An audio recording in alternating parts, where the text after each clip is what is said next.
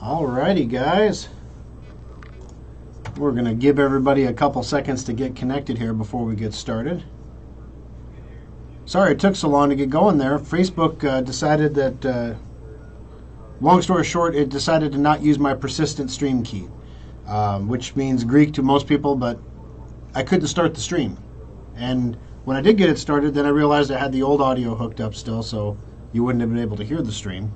So then once I fixed that, then it said your persistent stream key was not valid anymore, so I had to reset that. So, hey, adapt and overcome, right? So here we are. All right, so we're going to give everybody a couple little time to get connected. Yep, that's going to be fine. And then we'll get started here. All right, we see everybody's trickling in here. Sorry it took so long. It's my fault entirely. All right, there may have been a bathroom break in there too, so you can't do the aftershock with your legs crossed leaning forward. You gotta go. All right, so first off, these Twitter files. Have you guys heard about the Twitter files thing that's going on right now?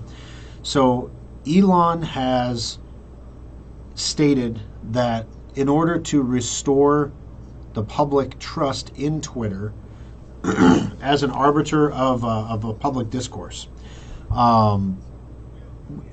they need to own up to what Twitter has done in the past. So Elon has released the first tranche of files that are being called the Twitter files. And basically it's the internal communications between people regarding specific bannings of specific accounts. For example, they identified the woman who was in charge of, who was the individual person that made the decision to ban President Trump, who later got a White House job or a government job. It's kind of funny how that worked. They talked about the Hunter Biden laptop store, which is where a lot of this is getting focused right now. The people who were responsible for making sure that never saw the light of day. Then you're seeing emails now of, it's like at first there was like Twitter was deciding what to censor, and they built tools to help their employees do that. And then there was like an occasional request from a government entity to have something removed because it was, illegal, disturbing, whatever. And then that was done. And then those requests became more and more frequent to the point where the government basically got to the point where they could just send a request for anything to be deleted, and Twitter would delete it. And so there were emails from the Biden team, basically saying, here's some more things to delete, and then people responding back from Twitter saying, got these handled. So individual people's accounts. So these are people being silenced by the government's request, using a private company as the executioner to avoid any First Amendment concerns. So the government is not silencing your speech. It's Twitter that's silencing your speech at the behest of the government. But Twitter is not obligated to do that, you see. But they are. So now Elon buys Twitter, and all this is coming out, and surprise, surprise, it's not getting covered. Some of it I understand, because some of it's in the weeds, right? I mean, just the description I gave you right now is the very, very barest of the nutshell version. There's lots of details that I've omitted or left out or just not gone into. So there's a lot, and this is just, basically dump number one. There's going to be more going forward. He gave them to a real journalist rather than just releasing them himself. So this real journalist was able to go through these real documents and come up with reporting, basically, that's being reported.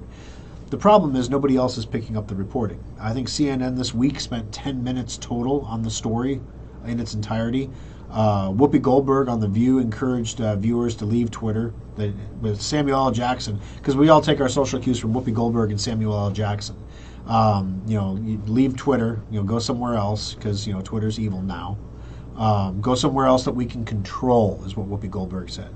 That we can control. Until we get control of Twitter back. Because everybody knows that Elon is going to clean this up, he's going to turn this around, and then he's going to sell it. Right? He doesn't want... He's got $40-something billion of his money tied up in Twitter. How much of your stock portfolio is tied up in Twitter? This is like 80% of his wealth tied up into Twitter. And he thinks it's that important, so he's gonna go through with it. He's gonna fix it. Advertisers are bailing, but they will come back because here's the thing, guys: eyeballs are up. Real eyeballs are up. User engagement is up. Conversations are happening. People are using the platform more than they were using it before because guess what? You unbanned half the frigging country. What'd you think was going to happen? Yeah, people who couldn't tweet before now are going to come back and tweet. If not just to say, oh, I'm alive, engagement's going to be up. Now, whether it stays up, that's another question. And everyone on the left that's leaving Twitter, that I'm going to go to Mastodon or whatever else, this is why it never worked when Republicans tried to do it, guys. Because remember when they used to say, if you don't like it, go build your own platform. Go build your own Twitter if you don't like it. Well, now Elon is basically saying to everyone else, if you don't like free speech, go build your own social network company or go buy one. I'll sell you Twitter, $55 billion. Go build your own. So there are all these other. This is the new hot one this week, or this is the new hot one. So you have fragmentation, which is what happened with Parler and Substack and everything else. There's all this fragmentation of places people can go for pieces of content from pieces of people. Truth Social is another fragment, basically, that popped up based on the ban of Twitter, based on Twitter being a place where conservatives did not feel, or people, even mainstream moderates, didn't feel you could have a conversation. Let me give you an example. Today you can tweet about the story that came out, an actual medical study published in an actual medical journal that not only says that masking doesn't work at all, it also says masking doesn't work at all regardless of the quality of the mask that you use and the training you receive to use it. So what this study did is it went out and found they did nurses around the world, nurses in different countries who all received training on how to wear surgical masks or KN95 masks or N95 masks. Depending on where they were at in the country, they had different types of masks available to them, from cloth all the way up to surgical, all the way up to KN95 and N95. What they found was COVID infections among medical staff, identical. The masks don't stop COVID, not even the N95 masks. Now, that story is actual friggin' science. Follow the science, right? That's science. That is a story. That is a double-blind study done across multiple countries with a large sample set, published in a legitimate medical journal, peer-reviewed. Now, if you posted that on Twitter 2 years ago, your account would have been banned. You would have been banned from Twitter forever for posting that 2 years ago, or until you agreed to take down your COVID-19 misinformation post. But you see, it's not misinformation because it's science. And that's what Elon has done. Elon has basically come out and said, you can say that. And so people are coming back to the platform because you can actually...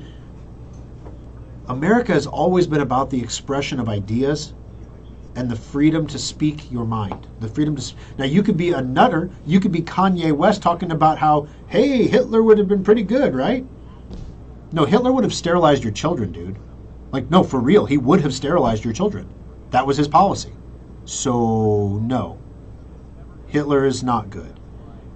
We can pretty much all agree that Hitler was not good. Okay? You're nuts, Kanye. I mean, you're knucking futz. I mean, there's not... But you see, he can go on Twitter and he can display his nuts to everybody. That sounded bad. He can display his crazy to everybody, and everybody can look at that and say, he's crazy. He is nuts. I don't have to take what he says seriously any longer, because I've come to my own conclusion based on reading his own words as a reasonable, rational human being that that man is crazy. See how free speech works? So now Kanye can all he wants about anything he wants. Riding around on elephants, making music, selling sneakers, whatever he wants to do. But whenever he talks about anything important, he's nuts. I'm not going to listen to that guy. And if he does say something that sounds somewhat intelligent, you're going to always say, like, well, where's this coming from? Is he saying this because he believes Hitler is good, and therefore if he convinces you of this, he'll convince you that Hitler is good? Like, I mean, where is this coming from, right? So Twitter has the ability to allow people to make up their own minds. So my opinion is that there are factions in this country, in the world, in human nature, that believe they are superior to others.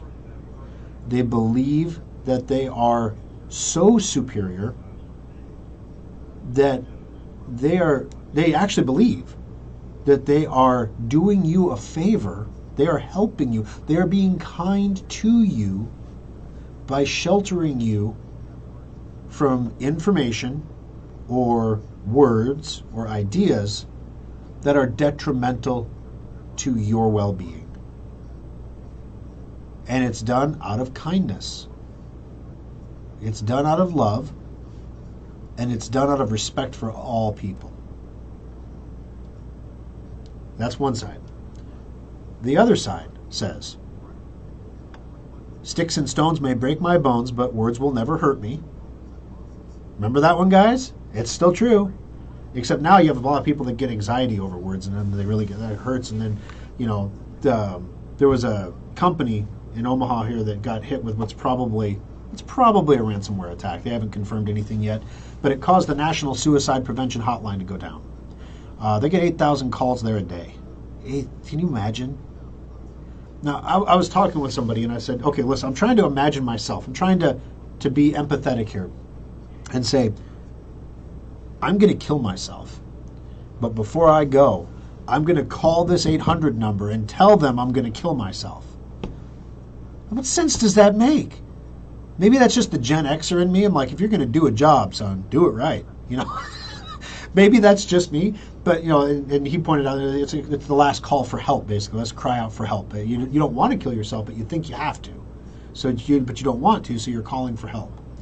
And he goes, so how many people died because of what is potentially a ransomware attack? So, so that's the argument that words can hurt people. Words can drive people to do awful things, okay? On the flip side,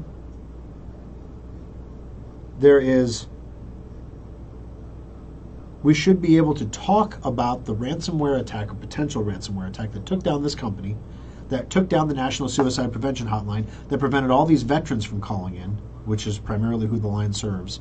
How many veterans killed themselves because of that, and why are veterans killing themselves? Those are conversations that we can have on Twitter, right? So these are things that we can learn from each other from.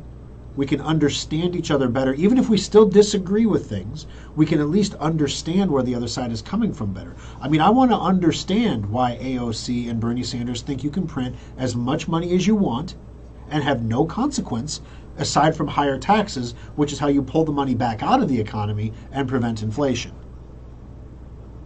That's modern monetary theory, guys. That's how it works. They believe that. That is in their brain. That is what they live by. As much as you and I balance our checkbooks or know that we can't spend more than we earn indefinitely or bad things happen, they believe in modern monetary theory. So when you understand that, everything they're doing makes more sense, doesn't it? So if we can have a conversation, now we can believe it's stupid, we can believe it's insane that it's going to cause economic ruin. I went back the other day, and the past. The history doesn't repeat itself, but it often rhymes. And I was feeling kind of, okay, so good news on the Coinbase front. Coinbase still did not let me get my money out from last week. I talked about this a little bit. So the price of Bitcoin, I said I was waiting for it to go down to 16,100 so I'd buy back in, get my Bitcoin back. I moved it over to Gemini, cashed it out, had it in my bank in 24 hours. Boom. Which is how it's supposed to work. And so if those of you who are looking for a trusted partner, I'm going to tell you Gemini did me right. Did me right to 6 figures. So if you're less than 6 figures, they'll do you right too. For now. Anything can change, but for now. Coinbase, not so much. Coinbase, I could not withdraw my money, could not get it out in any of the methods they had available, and they insisted it was my bank's fault. So there you go. One of the things that changes over time. I said I want to sell my Bitcoin at $16,100. And I cashed out, got out, because I believe that things were going to go, or still are going to go further south, right? Well, then, of course, Bitcoin rallies to $17,000 the next week, and this is why Thor doesn't trade, right? You know, if I'd have just waited a week, I'd have got another $6,500. You know, dang it. But anyway, that's why Thor doesn't trade. Why do I think things are going to get worse? We just had a great day in the stock market Friday, right? I mean, looks like the Fed's turning a little dovish. Maybe they're going to slow down the interest rate hikes. They're not going to go up so fast. So I went back and looked at the history of interest rates. You know, there was a time before the 1970s where the federal government didn't set the free market interest rates. Crazy. The world actually worked without the Fed. Now, when you look back at what happened in the 70s and the 80s, starting in the 60s actually, in the 60s you had your first little, inflation went to 6%. Ouch. What was going on then?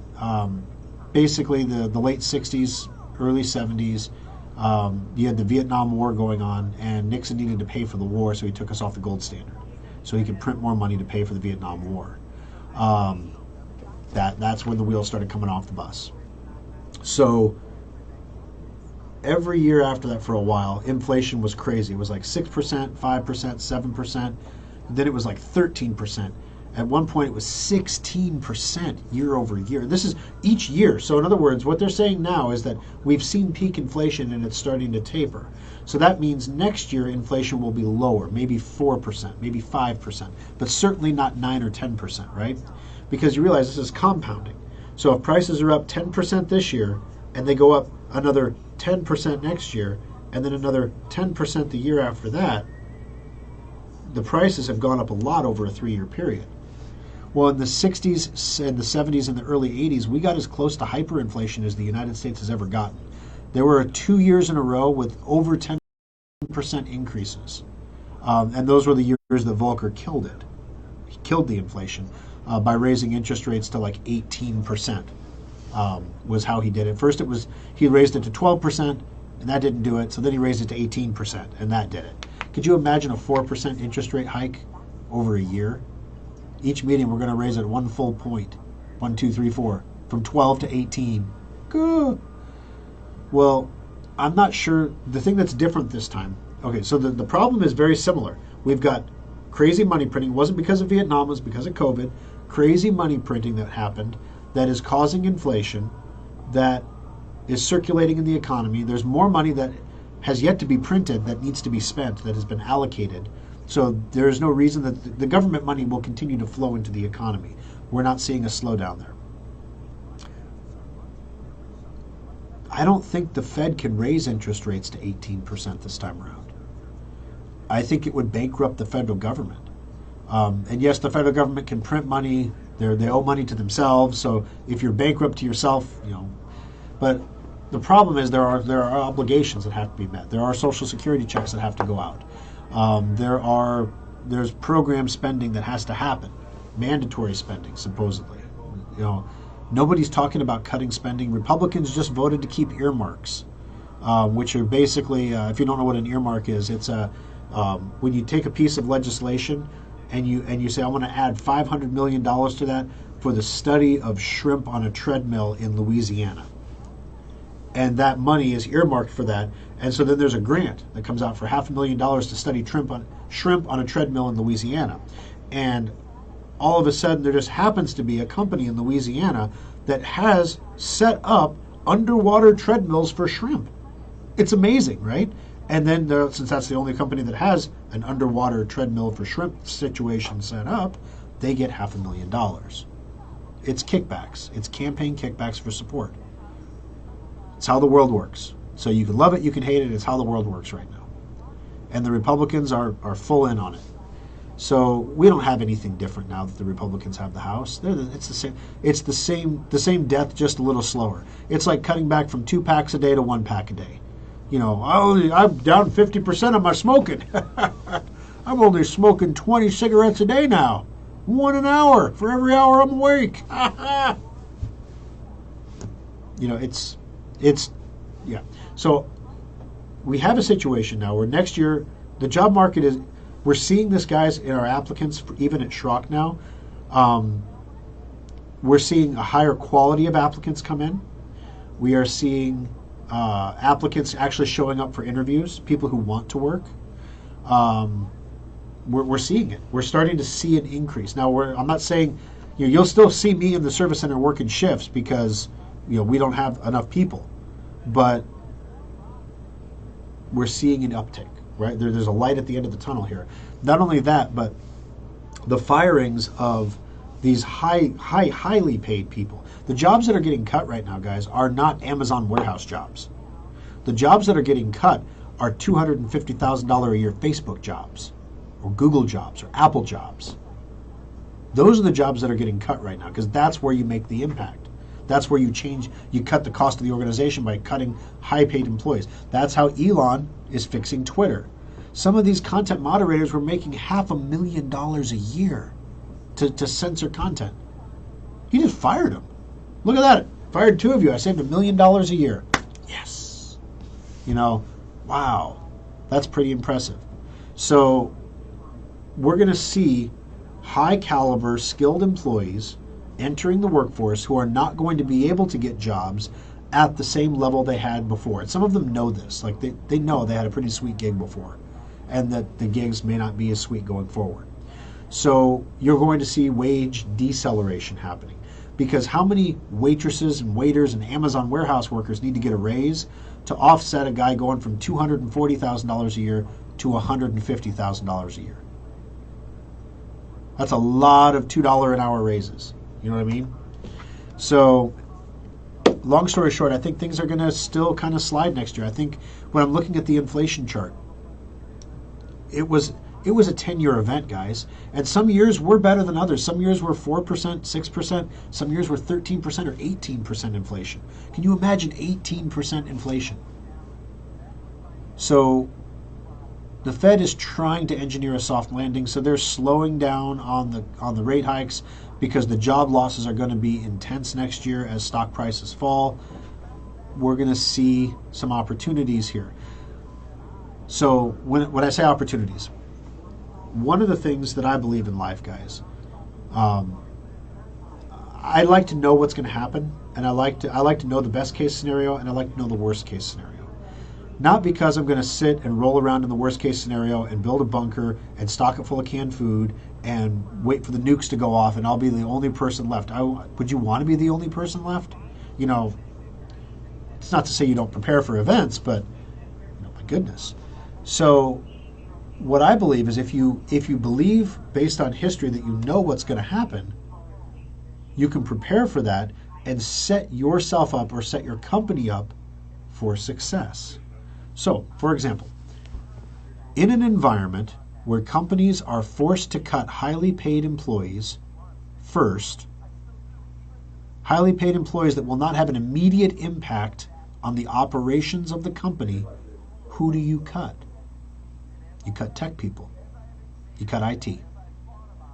Because we can make the junior IT guy the senior IT guy. And yeah, he's not as good as senior IT guy, but he'll keep the wheels on the bus and he'll cost half as much. Senior IT guy, he can go out to pasture. And that's just like a small company. That's a company with 20 computers that might have a full-time guy handling IT and then an assistant guy that does other things but also helps with the IT. So what happens to those small companies when they're forced to cut all of their IT? We're talking companies with 20 people, 20 computers or less, so micro businesses.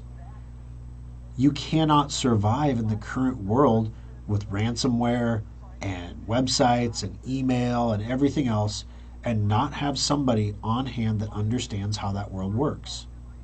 So then the question becomes, most micro businesses don't need a full-time person on hand. They just need somebody that's going to keep the wheels on the bus, handle issues as they arise. And they're not looking to implement new visions and things like that. They're just looking to say, how can my people get their email? How can my people keep their computers running? How can we how can we budget our IT so we know what we're going to spend in a given year? And how do we protect ourselves from getting attacked and disrupted and have our business disrupted? Well, Schrock's got a product for that. Now, it's a product that we don't talk about a lot. It's our corporate service agreements, because Schrock was founded to be a consumer company. So when you get over 20 computers, you're not really consumery anymore. It's a different need set, and it doesn't necessarily fit what Schrock does. But it could.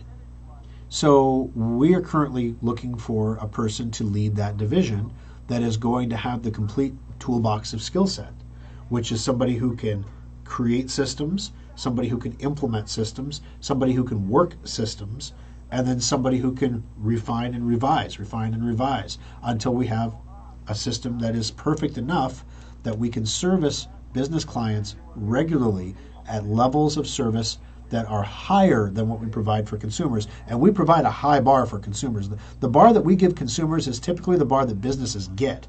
So when businesses come to Schrock and they get our normal consumer service, they feel like they're getting the same business service that they're paying these larger firms $3,000, $4,000, $5,000, $6,000 a month to get, but we're only charging $400 per computer per year.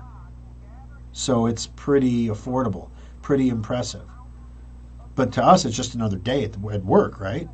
So, yeah, we can do a little bit more. We can do a little bit better. We can leverage a little more. We have a new iteration of services coming because we believe that businesses are going to cut their IT staffs in the next year. So if you know what's coming, if you think you know what's coming, you can prepare for it. And then you can be in a position of strength when everyone else around you is in a position of weakness. And that's what you try to do. You keep your people safe, you keep your family fed, you keep your business strong, and you can do these things. But boy, if Bitcoin doesn't go back down, I'm really going to be upset about that.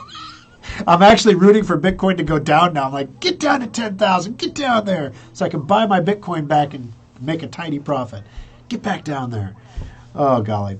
All right, so what do you guys want to talk about today? Let's take a look at the comments here. Good morning, found you. Schrockville, hey, good morning, on board. All right, the state surveyors still require nursing staff to wear a mask and actually will cite a facility for infection control violations if a member lets their mask fall below their nose. Wow.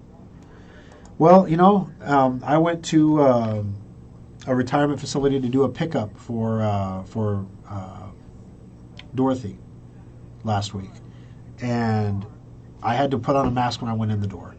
And here's the thing. It makes people feel safer, and it doesn't hurt me to do it. But there's a difference from me deciding to put a mask on my face out of courtesy to others and being mandated to wear a mask 24/7 to protect people that I'll never even see, when I know the mask doesn't work. That's the thing. So this study is very new. The thing about masks, the argument is, well, if masks don't work, why do doctors wear them and things like that? Masks in operating facilities and medical facilities are moisture barriers. They're designed to keep bodily fluids from the patient erupting into your mouth and to keep your mouth fluids from going down into a patient while you're working. You don't want to drool in the body cavity, and you don't want to get squirted in the mouth with somebody else's blood or whatever. It's a moisture barrier. It's not an air filter. It never has been an air filter. And it's now scientifically proven that it doesn't work as an air filter. Now, that's one study. I'm sure there's other studies out there that say the opposite. And because this is the only thing you can do, and there's a bias in government toward, we have to do something. We have to do something right now. We have to do something. No, you don't. You don't have to do anything. You don't have to arrest the FTX CEO for embezzling funds or whatever you could charge him with. You don't have to do that because he donated a lot of money to the right people. You don't have to force people to wear masks because the care facility believes that their residents feel safer if they require you to wear a mask. So the care facility will require you to wear a mask. It was very annoying. My daughter is special needs, and we take her to a pediatric center in Papillion. It's one of the best facilities around. The people there are top notch. Like if you're looking for, this is where. So the people in the schools that do this work in the schools, they're the people that can't get jobs at this place because they're not good enough. And that's where we take my daughter. We want her to have the best care possible, right? And I'm not belittling her team at the school or anything like that. Please don't misunderstand. I'm just saying, we pay extra money to take her there. We max out our insurance every year to take her there. Now, when I go into that place, it says, we have a lot of special needs kiddos in here that have medical conditions, so you have to wear a mask. They just now took the mask sign down. Just now. So even your super duper sensitive sites are beginning to realize that the masking policy before the COVID pandemic was not required, was not even considered. And now that COVID is pretty much an afterthought, Fauci says we're still in a pandemic. My whole family had the flu this week. I'm the only one that didn't come down with it because my parents let me lick gutter trash apparently when I was a kid, and I'm immune to everything. So wow, I guess yay me, right? And the flu is just tearing through. It's like the flu is back. Just a year ago, hey, there are strains of the flu that have gone completely extinct because, we got rid of the flu for a whole year by masking everybody up. No, you got rid of the flu for a whole year by calling every flu case a COVID case. Just saying. The flu didn't go away. Just the way you counted it changed. But I can say that on Twitter now, you see. I don't know if Facebook will ban me still. I don't know. Maybe. You never know. Okay, let's see here. KJ, problem is that we're living in a society of lazy citizens who look to Whoopi Goldberg for the truth. Look at the midterm elections, people being led like sheep. Well, is that any different than it ever has been, KJ? Haven't people always looked to what we would today call influencers to help form their opinion? People would listen to Rush Limbaugh to help codify their opinions. People listened to these lefty movie stars when they had opinions on things. People listened to Al Gore about the climate. The polar bears are going to die. Do you know that the snow cover in the northern hemisphere is 56% higher than it has ever historically been right now? We're damn near in an ice age. Global warming. Nope, it's climate change now. Any change is climate change, and it's all our fault. So we just changed the way we say it, changed the way we do it. It's always been the case, right? So now here's the question.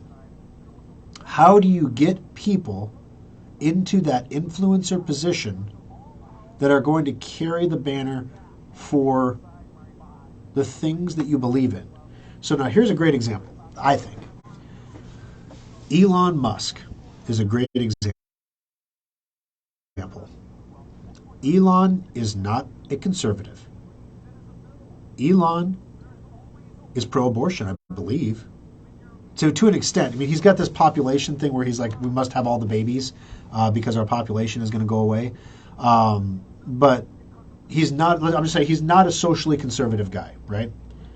But he believes that we should be able to say what we need to say and speak our minds about things. He believes in the Green Revolution, right? He owns Tesla. So I don't agree with everything the guy is doing or saying or thinking. But what I can agree with him on is that it's a good thing what he's doing to Twitter right now. I think in the grand scheme of things, it's a good thing. He's not boxing out people on the left. He's not paying them back, which is what a conservative would have done. A conservative would be banning Whoopi Goldberg. Not because she did anything wrong, but because she's just misinforming people. Like, it's misinformation. That's a risk to the community. Banned forever. you know, this is a great example of this is Donald Trump. Why is it that Donald Trump has such a loyal following with some people, such an absolute hatred by other people, and people in the middle, how do they feel about Donald Trump, right? So my wife and I were talking about it. It's absolutely amazing how well Donald Trump does with middle to older age women. Women 40 years and up. Like, he dominates in that demographic. Pretty much the opposite, under 40. Every woman that I know under 40, well, let me think. Do I know a single woman under 40 who supports Donald Trump? I don't think so. I can't think of one off the top of my head. I can think of women near 40 that support Donald Trump, but I can't think of anybody under 40. Certainly none of my younger female employees, past or present, have expressed opinions about Donald Trump to me that would indicate support. We try not to talk about too much political stuff like this at work because it just makes for uncomfortable situations for some people, and I don't want to make people feel uncomfortable. That's not what we're there to do. We're there to help people with their technology, and it doesn't matter so much to me if you voted for Barack Obama or voted for Joe Biden. If you're treating my customers in a way that makes them feel special and appreciated, that's what I'm paying you to do. So, thank you. We can be appreciative of pieces of people, right? So anyway, long story short here, guys, Donald Trump has aspects about him that people admire. They admire the fact that he was willing to come out and say, like, how is Hillary Clinton supposed to respond when he comes out and he goes, no, I know how the game is played because I've played the game. I'm the one who gave you the money. I know what I got in return, and I got access to you in return. That's how the game works. I understand that. That's not right. That's not how it should work, so I'm going to change the game. And you took my money. Tell me that's not how it works. Tell me I didn't get access to you. She couldn't, because she took the money. She gave him access. She couldn't tell him that. And no one before this has really seen a politician on the national stage at the head of a party who is literally saying, the system is broke and it needs to be burnt down, not fixed, not replaced, burnt down. You hear the Republicans come along and vote to keep earmarks. That's the war in the Republican Party right now. For anybody out there who doesn't follow Republican politics, that's the war in the Republican Party right now. You've got the Republican Party, internally we call them rhinos, Republicans in name only. They're the old establishment Republicans, the go along to get along, Southern gentlemen kind of Republicans that, we don't want to make those Democrats feel bad, so. We're gonna take over the committees. We're gonna have investigations. We're gonna get on the news. It's gonna be great. We're gonna get lots of contributions. We're gonna get reelected. But none of it's gonna come to anything, right? None of these investigations are actually gonna lead to people going to prison. So what is the friggin' point? That's what Donald Trump said. What's the point? If no one's going to prison, what's the point? Burn it down. So he's trying to get people elected that will get in there and will have no loyalty whatsoever to the establishment, who will be willing to burn it down when the time comes. Or at least affect such a radical change that the establishment won't be able to stop it. That's why Mike Lindell is trying to become the RNC chair. I don't know what his odds are, honestly. I don't follow the politics that closely. But he wants to be the RNC chair. Who's the current RNC chair? Mitt Romney's niece. So there you go. So again, that's the war in the party right now. You have like the Liz Cheney, Mitt Romney kind of cabal of establishment Republicans versus the Trump side, burn it down Republicans. And in the middle, you got a bunch of mishy-mashy politician Republicans that they're gonna bend and go where the wind blows. And maybe they help, maybe burn it down, maybe not. Whatever is in their interest is what they will do. Which again is not how it's supposed to work, but that's how it does work now. So KJ, I think it might have always been that way. It's just same story, different different script kind of thing. Let's see. What do you think about the 4 Brunson brothers case in the Supreme Courts now? I honestly, I haven't read. What is this case about? Removal of the sitting president and vice president of the United States along with 388 members of Congress? I've never heard of this. Properly warned, blah, blah, blah, blah, blah. There are currently 2 lawsuits identical to each other. It's going to the Supreme Court for a hearing. Both lawsuits include defendants President Biden Harris, former Vice President Pence, and 385 members of Congress for breaking their oath of office by voting against the proposition that came from members of Congress to investigate claims that there were enemies of the Constitution who successfully rigged the election. Both lawsuits are about the defendants breaking their oath of office. Okay, so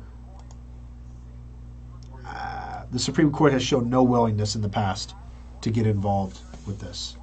I don't see why they would now. Maybe. But again, what's going to come of it? If the Supreme Court came down as a co-equal branch of government and said, you all have to go, do you think they would? They're co-equal branches of government.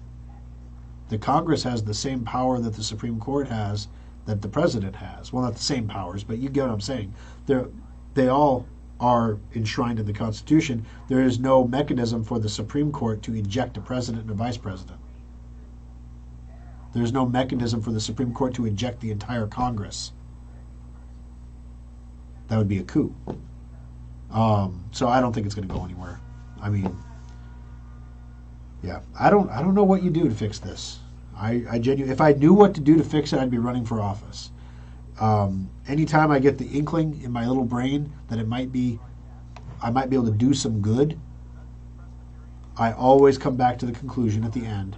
I can do the most good by finding other people that are going to enter that world and do good and support them. That's the way that I can make the most good. Because if I go in there, I can do one man's work. But if I can find other people who are willing to go in and do these things and be stewards of the taxpayers' money, of the resources that we have, the natural resources, the financial resources, the human capital. Let me give you an example. In the state of Nebraska, what do you think would happen if we took a rural county, pick any rural county, anywhere in the state, way off in the western panhandle, as far away from Omaha and Lincoln as you can possibly get, and you made it a tax-free county, right? So when I say tax-free, what I mean is businesses that locate there would receive deferred state taxation on property taxes for development, on sales taxes, on they would have every competitive advantage. They'd have a 7% advantage if an Amazon warehouse dropped there, they would not have to charge sales tax for things they ship from that warehouse. I mean, just that 7% advantage alone would be awesome. And then you're talking about no payroll taxes. Get the federal government. I mean, literally just a tax-free county. If you could do that in one rural county in the middle of Nebraska, it would create such an economic explosion of activity, that county would not be rural for long. And the development would spiral. People would come to work. Increased people would spend more money. Money spent would generate tax revenue. People would buy homes. People would build homes. The housing market would go up.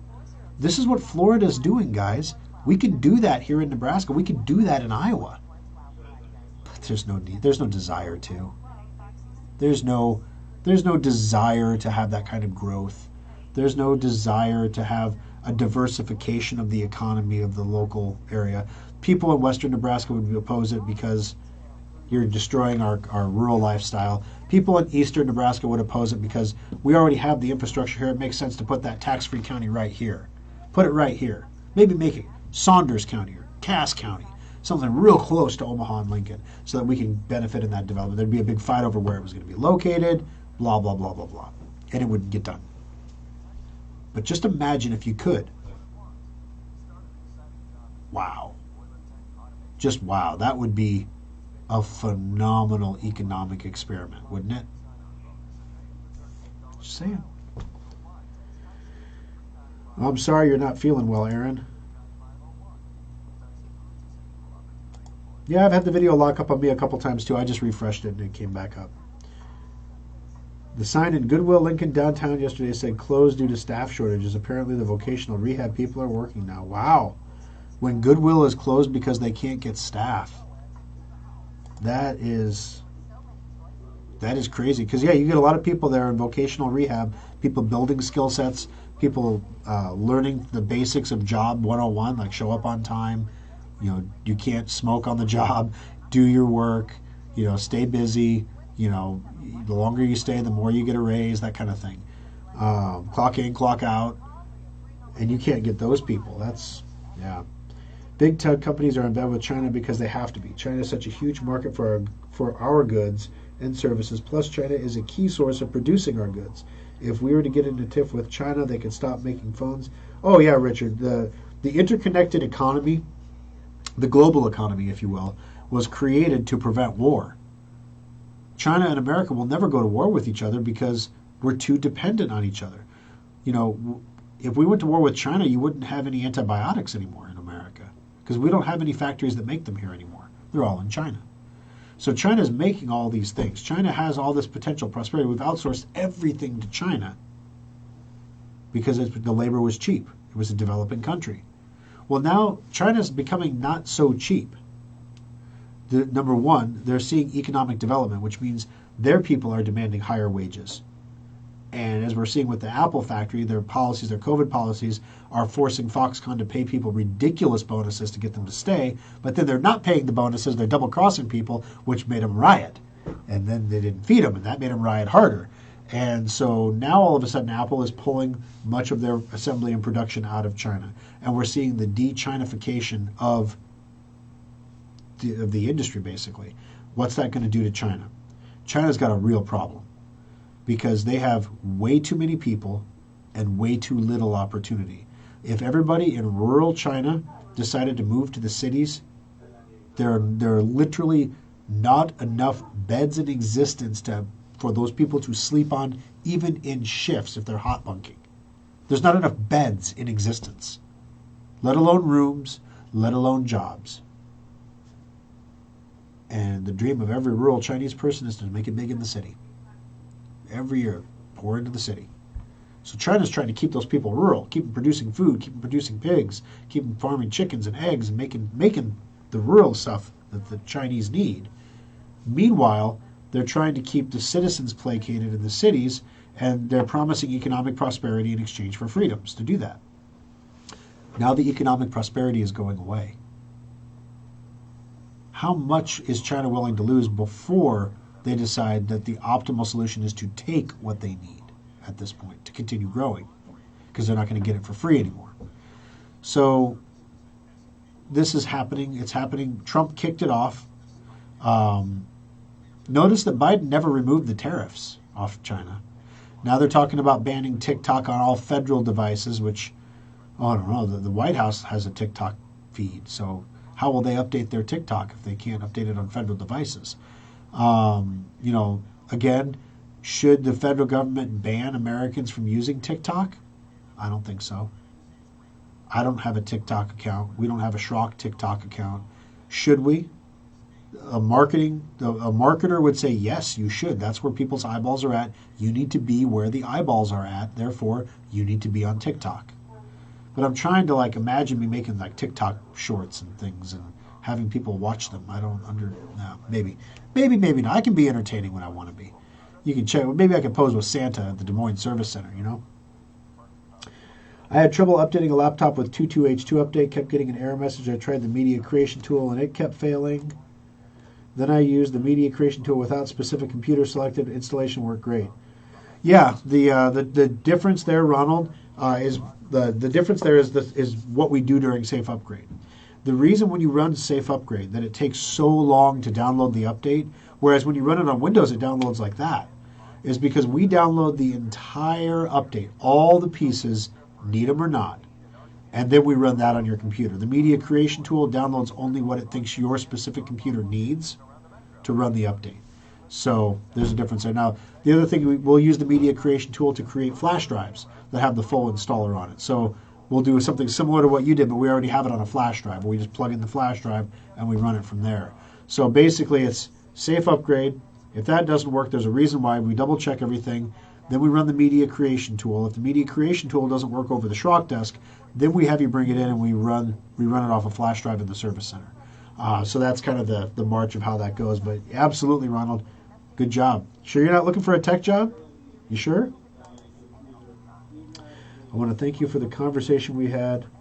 To give a great shout out to Chris in Des Moines. Picked up the desktop yesterday. Excellent service. Hey, no sweat, Kyle. Yeah, Kyle and I got off on rough terms because I get lots of messages, guys, about, Thor, are you a member of like the New World Order? Or literally like there's people and there's conspiracies and there's people who theorize about conspiracies, and then there's people who theorize about the people who theorize about conspiracies. And guys, like literally I've had people offer to take me to Olive Garden so I can have all the breadsticks I want while they explain this long conspiracy to me. And I'm not into the OG. It's not my thing. Do I look like I need to eat more breadsticks to you? Like, really? Breadsticks? No, you don't want me eating all the breadsticks. So anyway, I thought that Kyle was one of those guys. And so we kind of got a little, he got a little hot, and I got a little hot, and then it was like, wait a minute, okay. Then I realized, no, he just has a question about a holiday special, and he wants to know where we're sourcing the parts from. Okay, I get that. And so, we were able to reconnect, and we apologized to each other, and we're like, hey, I'm sorry, I thought you were crazy. He goes, I'm sorry, I thought you were a jerk. And I'm like, hey, now we're good. We're good now. So I'm glad that Kyle and I are on good terms, and everything is going well. So I really appreciate your business, Kyle. It means a lot to me. And while we do business with Microsoft and people who attend the World Economic Forum meetings, because you kind of have to, I have not received let me check my email. No, I have not received my membership card yet. I'm not important enough. I saw that my good friend Klaus was in Washington D.C., but he didn't call me, so I'm kind of feeling a little hurt. But anyway, I'm sure that my services will be needed at some point in the future to desperately assist the New World Order. Dan Bongino's rule of thumb: there are some Washington Republicans who are actually Democrats, but there are no Democrats who are Republicans. Yeah, I can see that. That's what I don't get, guys. It's like, aren't we all here? And this is, I think, why America is broken, right?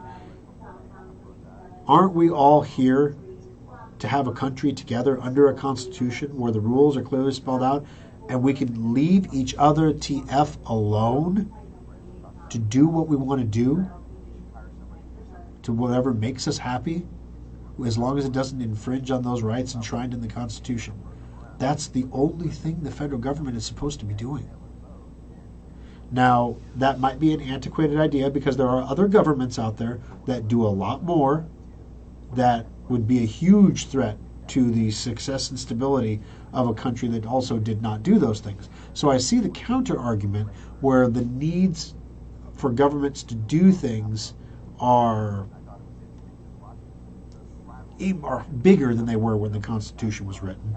However, I would also point out that by the United States doing these giant things, they force other governments to do giant things, which forces us to do even more giant things, and then eventually we have this giant thing. Whereas if we didn't, I'm not saying we unilaterally disarm here, but I mean, maybe we should try to start scaling it back slowly, and then let other governments scale back slowly, and maybe we can all back down from the cliff a little bit. But I think that's where we're broken, is that there are factions that would say, no, that is not why we are here. The Constitution is a quaint, outdated, living document that needs to be updated to deal with the current times that we live in.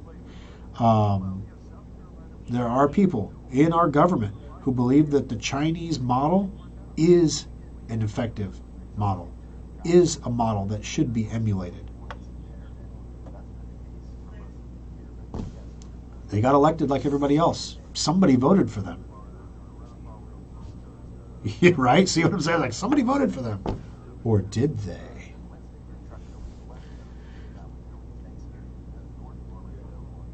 We did. We did bond over the holiday special, Aaron. Yeah, Chris getting lots of compliments today. He does really good. Though what I can't understand is how there can be a political bias at the Supreme Court. I know there can be some interpretation of differences in the Constitution. The Constitution isn't. So, Ronald, I don't think it's human beings are human beings, so there's always going to be biases. But I don't think they're not going to take the cases that she was talking about because of a political bias. I think they're not going to take them because what if they rule in favor? What could be done? Within the bounds of the Constitution, what can be done? The answer is there isn't a mechanism to do what needs to be done. Therefore, why bother wasting the court's time on a case that even if we rule in favor of the plaintiffs, there is no remedy. There is nothing that can be done. It won't even prevent future thefts of elections. So what's the point? Why mess with it? I think that's the logic they're going to use. Well, you and I agree that the Constitution is fine the way it is, Aaron. I'm just saying that's what some people believe. I was taught when I was in school that the Constitution is a living document. Now, I know now, with my adult brain, what I was being told as a child was that the Constitution can change because of the amendments process and all these other things. Now when they teach kids it's a living document, they're teaching them it's a living document that needs to mature along with everything in the world around us. All right, why should you not let dads buy technology for kiddos this Christmas? My wife says, I want you to find a drone, like an aerial drone that my 16-year-old will like and find entertaining, and that my 4-year-old can also use. So when you get to drones, right, you have the little kid tech drones. They do flips in the air and cool things in the house and stuff like that. But you take them outside, they blow away in the wind. You get to a 16-year-old, they want to do things with a drone, right? They want to film things or camera things or transport things. They want to do stuff with a drone, right? And I started looking into it, and I thought, I want to do stuff with a drone. So what kind of a drone would we have to do stuff with? And my answer came back was this one. This is the DJI Mini 3 Pro drone. After it's completely outfitted, it's a ridiculous $1,000, okay? So we're not buying this, and the kids ones are like $60, right? But let me tell you about this drone, and let me tell you that this thing is sexy. Okay, it weighs less than 249 grams, so those of you who are aeronautical aficionados will know that does not require an FCC license, so I can fly it. It has tri-directional obstacle sensing, so in other words, you can tell it to fly by wire or to fly a pattern, and if there's an obstacle in its way, it will go around it on its own and return to the path. Great for flying around trees and leaves, and if a crane suddenly put a bucket up in the air, then you could go around it. It'd be great. It's got 34 minutes of flight time on the base battery, but of course I would buy it's $750 for the drone, so I said $1,000. I'm buying the higher capacity batteries. That gives me 46 minutes of flight time. It has a 12-kilometer range on a standard battery or an 18-kilometer range on an advanced battery, which means this drone could fly from the Papillion Service Center to the Omaha Service Center, perhaps carrying an important thing like a solid-state hard drive or a stick of memory, something very, very small, not a laptop. It's not an Amazon delivery drone, right? The video it can shoot is absolutely stunning. The cameras are off the charts. 4K cameras, full HD cameras at 160 frames a second. So it's sports. It's got slow-mo capabilities. It can hover for a half an hour. It can go 4,000 meters up in the air. It just crazy awesome, right? If you were and did I mention It fits in the palm of your hand. Like the arms fold down, and it's literally the size of the palm of your hand. Yeah. It is. It comes with a little carrying case. It's super cool, right? Like I'm geeking out. I'm like, I want this drone. Now I'm not going to pay $1,000 for it. If you're watching DJI store sponsorship opportunity, we're doing a lot of camera work here. You know, we could have the drone cam that follows me into the studio. You know, because it has a follow mode. It will follow you. Like, but they warn you, like, you know, if you stand next to somebody else who's approximately your size and shape, it might kind of veer off and follow them. So if you're a fatty, you got to hang out with thin people, and if you're a twig, you got to hang out with fat guys like me. And then, you know, the drone won't get confused. So, but it could follow you around, right? And I was like, oh, this is so cool, right? $1,000, man. That's a lot for a drone. But then what would I film with it? Like, what am I going to do? I mean, 4th of July, you can fly it up and film the fireworks. That's kind of cool. But our neighbor already does that, so that's kind of like, you know, kind of copycat. I'm like, you can teach it to fly a pattern, right? And look for motion. So you ever hear that sound outside in the middle of the night? You don't know what it is. Is it a raccoon in the trash can, or is there a burglar? Well, you could open up the second story window and palm this out the window, and it would fly the route. You could watch it on your phone, look at all the video, and see what's out there, what's going on out there, right? It's a security drone. That's how I'm going to sell it to the wife. See, I got a plan. What else can I do with this? Most places you go on vacation don't allow drones. You can't take them to national parks. You can't take them to state parks. So sunsets? What are you going to film with this thing? Anything you want within 12 kilometers. My son's like, I could fly it to my friend's house and be like, hovering outside his door when he comes out to go to work and be like, hey, how's it going? Well, it doesn't have a speaker, son. You can't really talk through it. So we could hang a sign on it that says like, hey, how's it going? I see you. I'm a creeper. You know. We might need to work on that one a little bit. Hovering outside people's windows, waiting for them to come outside, probably not a good thing. Again, it's just, what are you going to do with it? I don't know, but I still want it, right? So I still have not found a drone, because this is not a drone that my 4-year-old would necessarily enjoy flying. And I can tell you my 16-year-old is not going to want the little trick drone that he had, little foam trick drone that he had when he was, 8. So my wife's like, well, maybe you get one of each, and then they can go drone together. Like he can do his little flippy drone thing while Jacob is flying. So I'm like, am I going to get away with buying this for my son, who I know is going to use it one time and then like forget he has it, because that's what he's done with every drone he's ever had, and then it might just disappear. Maybe I would trade it for some kind of computer upgrade. I don't know. Interesting. See, this is why you don't have dads buy tech for the kiddos at Christmas. All right, guys, I got to roll. I would use it to follow me around and take videos of the kids being pulled behind the boat. Yeah, that would be kind of cool. If you go out and you're doing like fun activities, I wonder if you could take it to the zoo. They would probably frown upon you flying your drone over the animal enclosures. Like, I can see how that could go sideways pretty quickly. But what happens when people start using drones around the airport? That was a funny thing you asked, KJ, because as the crow flies from the Papillion Service Center to the Omaha Service Center, that line goes, I kid you not, directly over the Millard Airport. Like, right over the top of the airport. And the thought occurred to me, it says 12 kilometers, but I bet I have to fly around the airport, or at least I should fly around the airport. That's going to probably add another click to my flight time, Oh, I don't know if I can make it, especially if I'm carrying cargo. I don't know. These drones have Chinese spyware and a security threat. They might. They can be completely Chinese. They probably are all made in China, but what isn't? And this is a toy. So, I'm not sure. Maybe it's got a security threat. Maybe it's I'm not going to fly it around the Washington Monument or anything, I guess, so. Oh, let's see. Alrighty.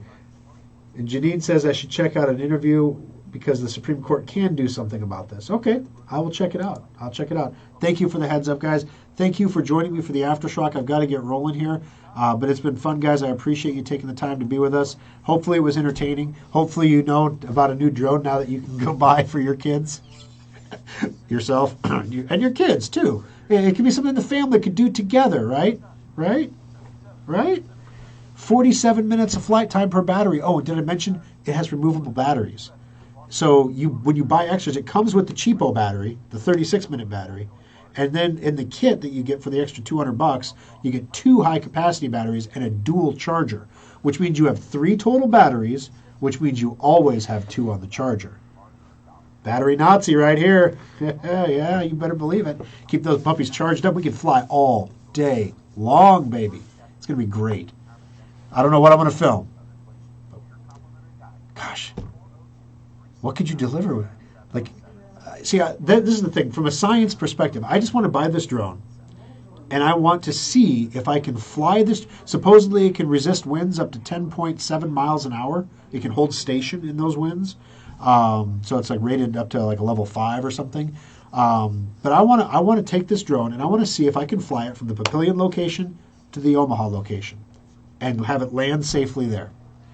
And then if I can, the next thing I'm going to do is I'm going to swap out the battery and I'm going to put a stick of memory on it, or like a solid state hard drive, something really light that we transfer. That's most of what we transfer between the service centers. And I'm going to fly it back to Papillion, right? If we can fly tiny little packages, I mean, we're talking like things you could put in an Altoids tin, right? Back and forth between the service centers, I won't think we would save $1,000 of labor and fuel, even in the course of the lifetime of the drone. But my gosh, I mean, this is one of those things. That's how you keep employees, guys. Like, can you send the aerial delivery? I need a 1 terabyte hard drive for a customer, and they need it today.